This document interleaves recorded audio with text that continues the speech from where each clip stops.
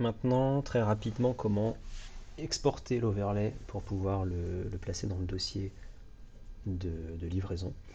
Extrêmement simple, il suffit d'aller cliquer en haut à droite sur le petit bouton Settings, comme tout à l'heure, Scene Collections.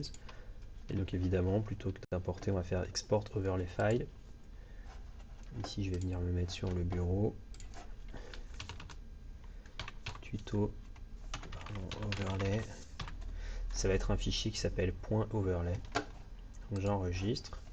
Là, j'ai la petite roue de progression et ici, on a un petit message qui confirme que ça s'est fait correctement. Successfully saved tuto overlay. Hop, on va aller sur le bureau pour confirmer qu'il est bien ici. Donc c'est quand même un fichier qui peut peser assez rapidement lourd.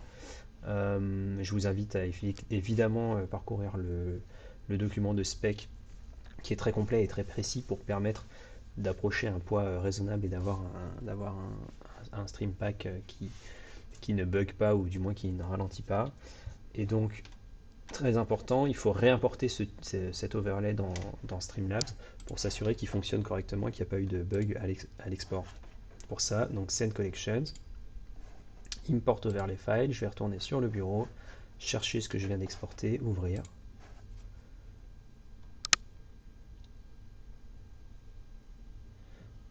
Et en principe, donc là par défaut, hein, les 3 gold bars se réaffichent, le petit paramètre là de visibilité avec l'œil n'est pas exporté en même temps que la scène, donc il faut venir bien les cacher pour n'en faire apparaître qu'une, mais en principe, si je me promène, je vérifie évidemment qu'il y a tous mes éléments qui sont correctement affichés, que les textes ne bug pas, que ma caméra est bien là.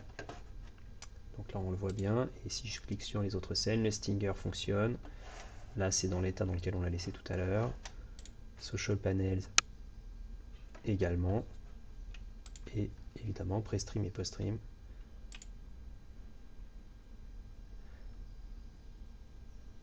Donc voilà, pour rappel, au moment de l'export, il faut évidemment ce fameux fichier overlay, mais il faut surtout qu'à côté de ce fichier overlay, dans le livrable final, on ait un dossier, ça c'est l'overlay, on ait un dossier asset qui contient cette arborescence qui est également définie dans les specs techniques Biborg d'un stream pack, avec tous les éléments qui permettent d'afficher ce stream pack, de le modifier éventuellement. Et on a la documentation setup.html qui vient à côté.